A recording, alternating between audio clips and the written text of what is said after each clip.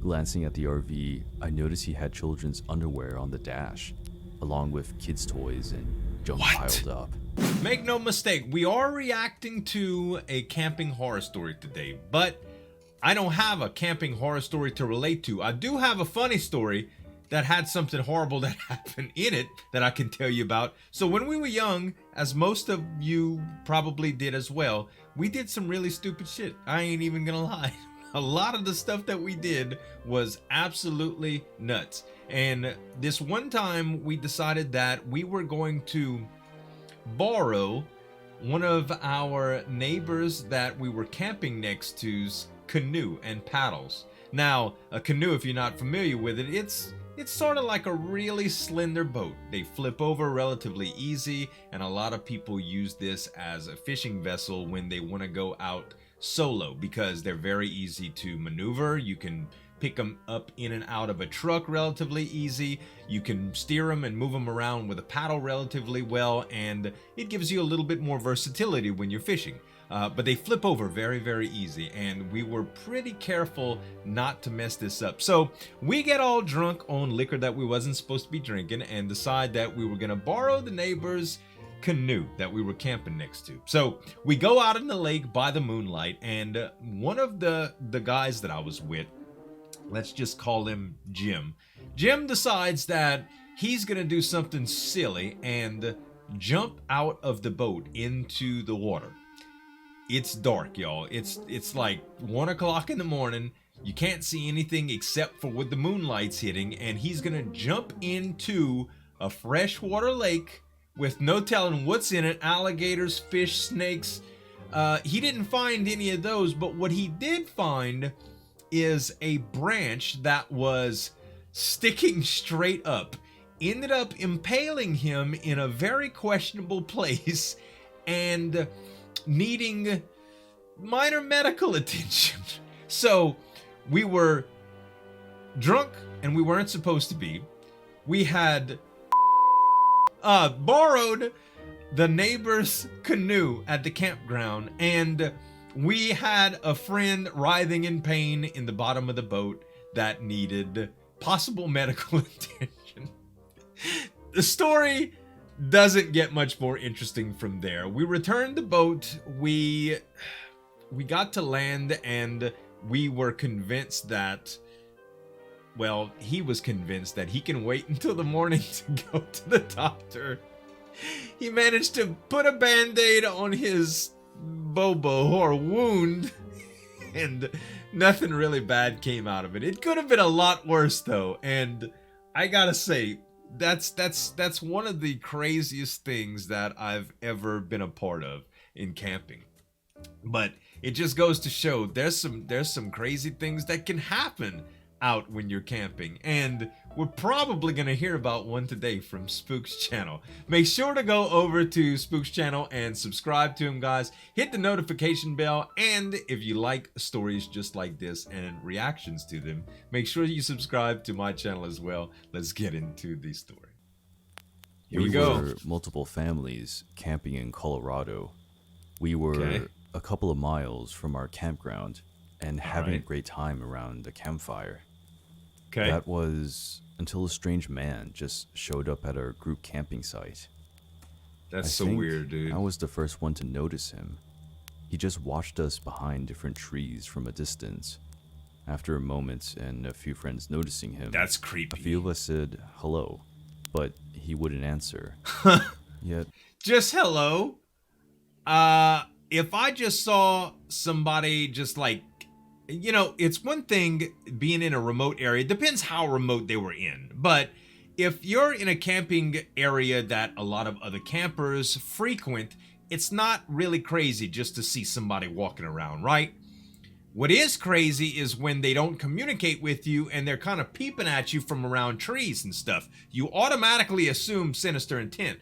I've never been camping without access to weapons before because we've always done camping with hunting and fishing in mind, you know? And my dad was a hunter, I was a hunter, and we carried guns around because of snakes and, heaven forbid, people.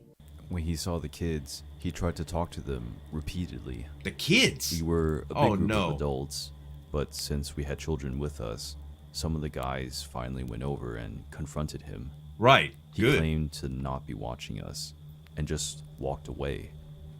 We didn't really bring it up in conversation, but were all a little disturbed. Yeah.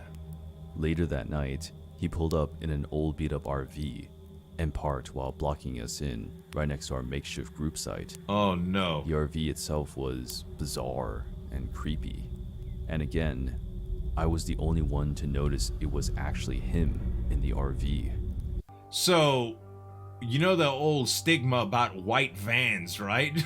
When we were young, there was a white van that frequented our neighborhood, and we were all creeped out.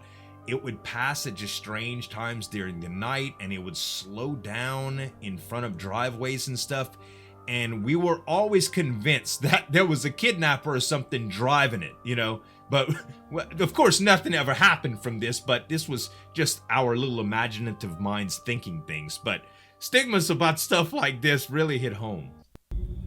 Glancing at the RV, I noticed he had children's underwear on the dash, along with kids' toys and junk piled up. It was getting dark, and we were all still around the fire when he suddenly walks up and stands in our little circle. He made a comment right off the bat that all the little ones went to bed early, which freaked me out immediately. The guys asked him to leave. So, is he saying he had kids? Or he's commenting about their children being asleep? Politely, not knowing what his deal was. About half an hour later, I could see him standing off behind the tree smoking. I couldn't see him exactly, but I saw the end of a cigarette. He just watched and chain smoked. It was unnerving, in the middle of nowhere, being watched by a man who seemed so focused on our kids. Not to mention that out of the 3 other families we were with, my family of 4 was the only one in a tent. This didn't feel as safe with him nearing the tent. No. I went to bed at the same time our 2 kids did, so they weren't alone. Our tent was on the furthest part of the site, away from the fire. Shortly after, the kids fell asleep though. I heard crunching in the woods around the tent. Of course. He's creeping. I called my husband's name, thinking he was stumbling in the dark, looking for our tent door. When he didn't answer, I unzipped the door and shined the light around, which landed right across the feet of the creepy guy. Oh God, dude. I instantly jumped up and started yelling. All the guys came running from the fire. The creepy guy just stood there and stared at us. What? Didn't even explain himself when he turned and walked away. What? I was beyond done. We packed up our stuff and crammed it in the car. I guess pleading so. with our friends to leave, but they wouldn't. I was the only adult there that hadn't been drinking. No one could drive home. I drove home on high alert all the way.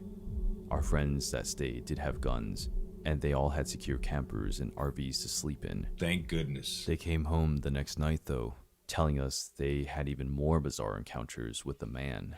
What? Bruh. So, I'm pretty sure that would have been an ass whipping. I'm not a real fighter, y'all. I'm not a real fighter, but when somebody has malicious intent, which I'm honestly, if you're trying to throw me off balance, that's malicious enough for me. We're in a weird place. We done told you a couple times that you weren't wanted around, and you still acting up? You'd have got a little taste, bro. You'd have got a little taste, especially with my children. He did the right thing, though, is leaving. Protect your kids at all costs, because, man, people are crazy, and they can't defend themselves, you know? God, freaky people, man. Hide your kids, hide your wife, like they say. Y'all be careful out there. I love y'all. If y'all like stories like this, guys, check out Spook's other content right there and make sure to subscribe to him as well. Thanks so much for watching, guys. As always, this is Zueljin signing off, and we'll see you next time.